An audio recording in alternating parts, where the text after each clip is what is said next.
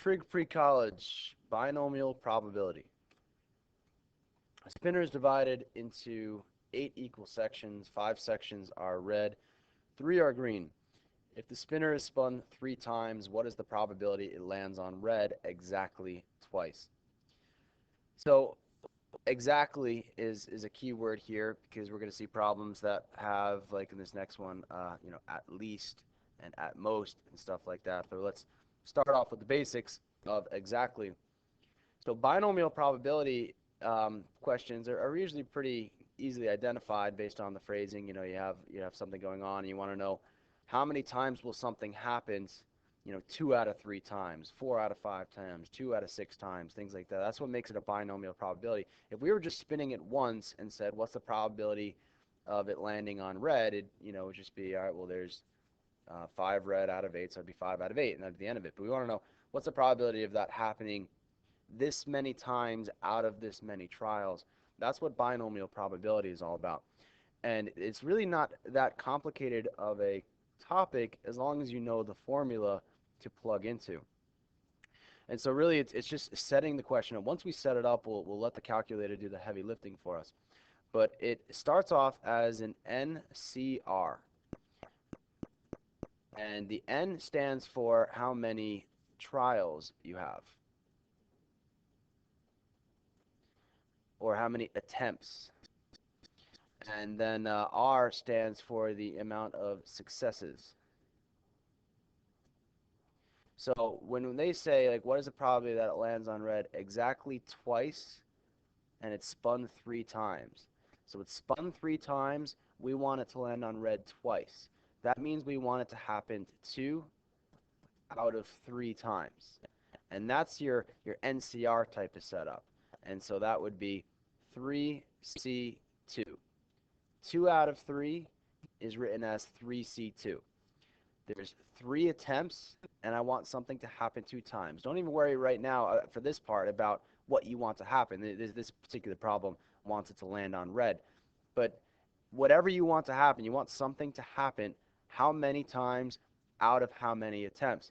And we want it to happen twice out of 3 times. So that's 3C2. Remember, the larger number always goes first. Then that is times a parentheses. Now, in the parentheses, in the formula, we use the letter P, and it stands for the probability of success. So the probability, let me rewrite that a little bit clearer. Probability of single success. What I mean by that is when you're trying to figure out the number that goes in here, you have to forget about the 2 out of 3. It has nothing to do with the 2 out of 3. It's not 2 over 3. It has absolutely nothing to do with the amount of times you want it to happen out of the amount of attempts. It has nothing to do with that at all. You have to break it down to, what do I want to happen? I want my spinner to land on red. What's the probability, or what are the odds that it happens 1 time? So the probability that it happens 1 time, which is a very simple probability. The spinner is divided into 8 sections. So 8 sections.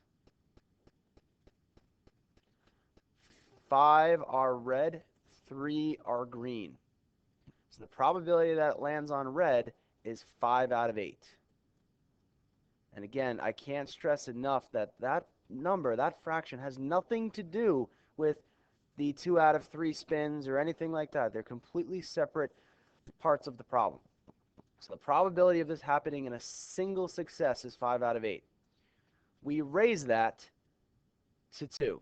We raise it to 2 because that is the amount of successes we have. So this is where the 2 out of 3 comes back into play. So because we want to land on red 2 out of 3 times, this is the probability of landing on red in a single spin. So the probability of landing on red is 5/8, and we want it to happen twice. And so what you'll see for binomial probability is you will see this number will always match with this number, because this is how many times you want it to be successful. This is the probability of it being successful once raised to the amount of times you want it to be successful. So it's the probability of success raised to the amount of successes you're hoping for. So that will always match up. Then another parentheses. And in the formula, we use the letter Q here. All right, so let me put the R there. and then we have Q. And Q is the probability of failure. So if the probability that you land on red is 5 out of 8, the probability you don't is the other 3 out of 8. So 5 out of 8 work, 3 out of 8 don't.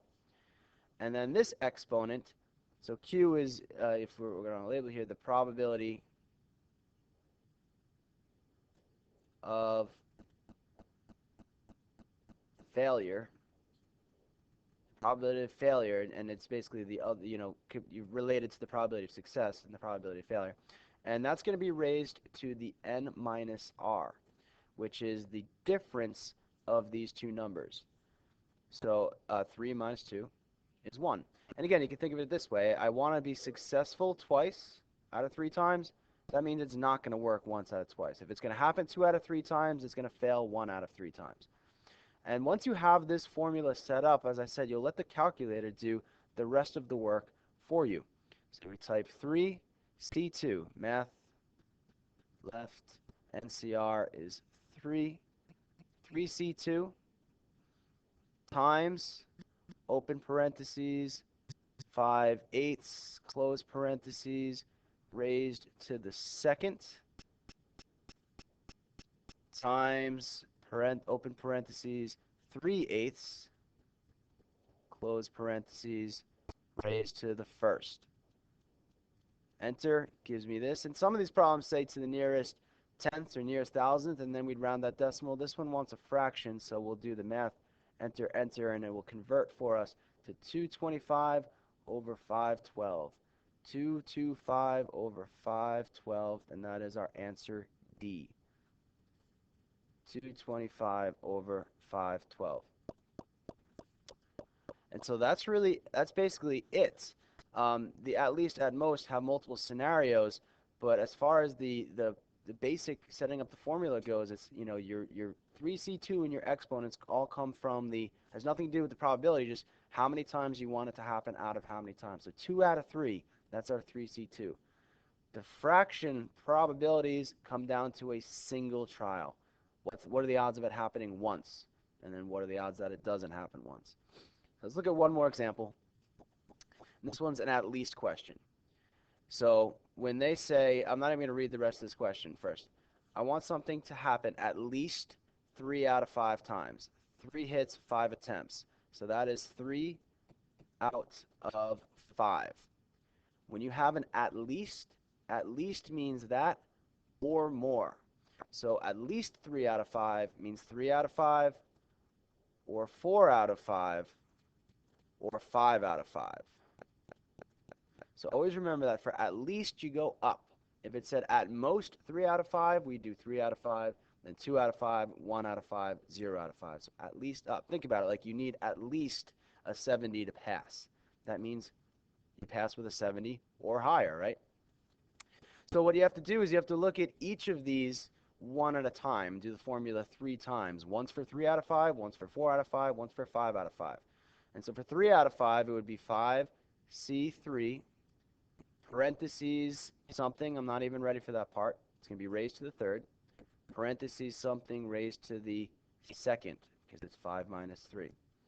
For 4 out of 5, it's 5C4, parentheses 4, parentheses 1, the difference of 5 and 4. And 5C5, parentheses to the fifth, and parentheses to the 0. Now let's put in the fraction. What are we even talking about here? The probability a professional baseball player will get a hit is 1/3. What's the probability he gets 3 out of 5 hits? So they're telling you the probability of success on a single swing, a single at bat, is 1/3. So the probability of success is 1/3. And sometimes the problem will give you that information. And that is the probability of success for each of these problems. It doesn't matter how many times we want it to happen out of how many times. And so the probability of getting a hit is 1/3. The probability of failing, of not getting a hit, would then be the other, which would be 2/3. So the probability of failure is 2/3. And this is where students tend to struggle the most, is the probability. Sometimes it'll give it to you like in 1/3. In the previous problem, we had to figure out it was 5/8 because there was 8 sections in a spinner, 5 of them were red, so the probability of red, 5/8. This one said the probability of success is 1/3. So you just plug that in and go. And then what you would do is I would type this into my calculator, get something, type this into my calculator, get something, type this into my calculator, get something. And then in the end, you add them all together. And so it's whatever this result is plus whatever this result is plus whatever that result is, and we're going to get a total answer here at the end. You don't need to see me push the buttons. The hard part is just the setup. I'll give you the answer to this in class, but it'll take me another 3-4 minutes of video just to type this in, and I think that's a waste of your time at home. So we'll practice this the next day in class.